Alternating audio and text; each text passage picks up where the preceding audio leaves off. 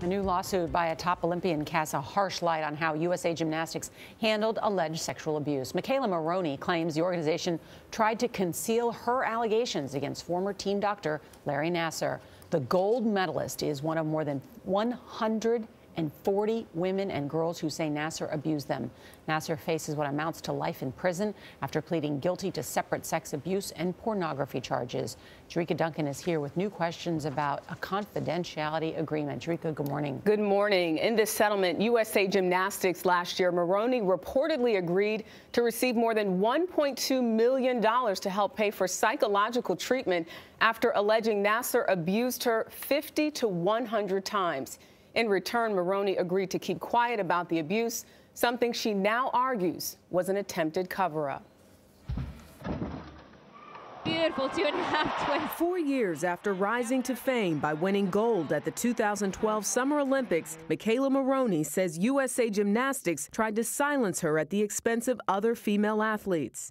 In a lawsuit filed on Wednesday, Maroney claims the confidentiality agreement she chose to sign allowed USA Gymnastics to further conceal the true nature of former team doctor Larry Nassar's horrific sexual abuse of minors. The U.S. Olympic Committee, Nassar, and his former employer, Michigan State University, are also named as defendants in the suit. They wanted to keep their dirty laundry quiet, and they were willing to sacrifice McKayla's health and well-being and voice to do that. John Manley is Maroney's attorney. Her mom said in the last 2 years, there were days where she wasn't sure if she was going to walk in her room and find her little girl dead. Despite the agreement, Maroney shared her story of sexual abuse on Twitter in October, saying she was molested for years by Nassar. USA Gymnastics responded that it admired Maroney's courage. Knowing that she can't talk and then putting out a statement that seems to indicate they support her coming forward is just hypocritical and under the circumstances repugnant.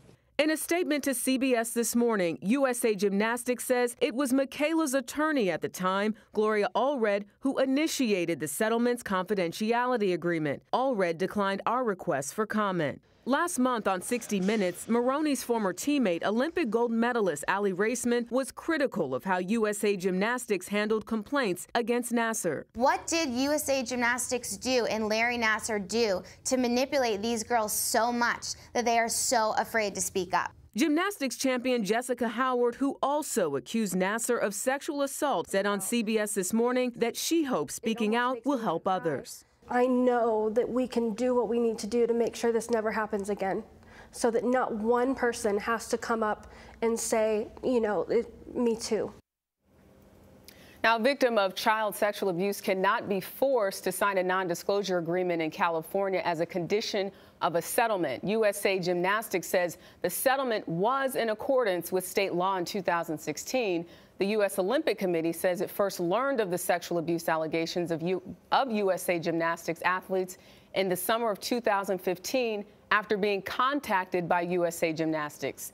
Michigan State says it does not comment on ongoing litigation. Raising a lot of questions about those confidentiality agreements. Absolutely. It'll be interesting to see how this turns out. Well, also in these cases of abuse, when you realize they're systematic and pervasive, the people who cover it up and don't speak up, and so it continues. Yeah, definitely a time to reassess if there should be limitations on some of these non-disclosure agreements, and if they should even exist when you're talking about sexual harassment. Another good conversation to be having at this time. Thank you, Jericka.